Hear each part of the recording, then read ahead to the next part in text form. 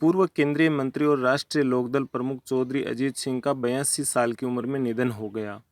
अजीत सिंह गुरुग्राम के एक अस्पताल में भर्ती थे और इलाज के दौरान ही गुरुवार को उनका निधन हो गया।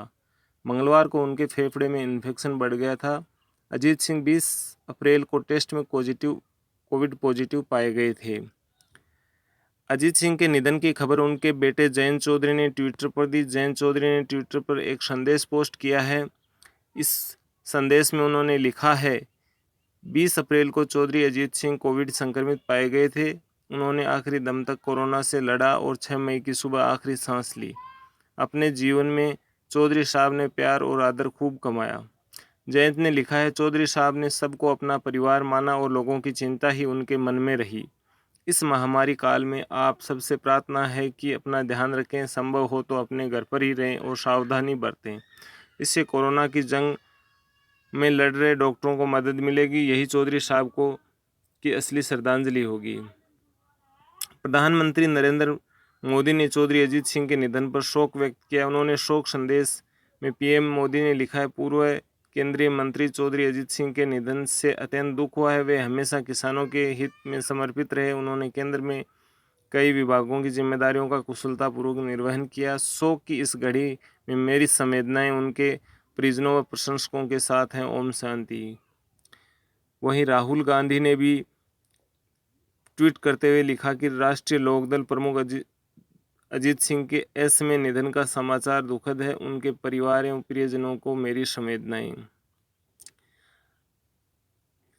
नरेंद्र मोदी के उभार के बाद अजीत सिंह राजनीति में हाशिए पर आ गए।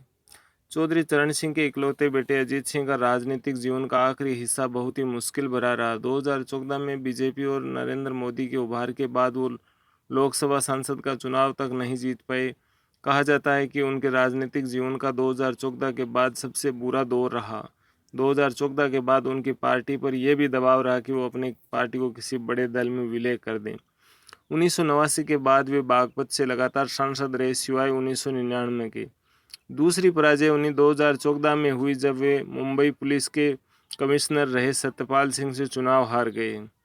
बीजेपी के टिकट पर लड़े सतपाल सिंह भी अजीत सिंह की तरह जाट हैं और वे बागपत के ही एक गांव के रहने वाले हैं। कहा जाता है कि मुजफ्फरनगर दंगों के बाद जाटों के बीजेपी के पक्ष में लामबंद हो जाने से चौधरी अजीत सिंह की हार हुई।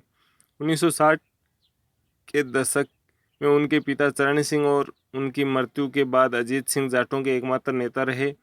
चौधरी चरण सिंह ने जाटों के साथ मुसलमान, गुर्जर और राजपूतों का समर्थन जुटाकर मजहर का चुनावी समीकरण बनाया था, लेकिन अजीत सिंह इस समीकरण को लंबे समय तक कायम नहीं रख पाए थे। अजीत सिंह लगभग सरकारों में मंत्री रहे, चाहे वह 1989 में वीपी सिंह की सरकार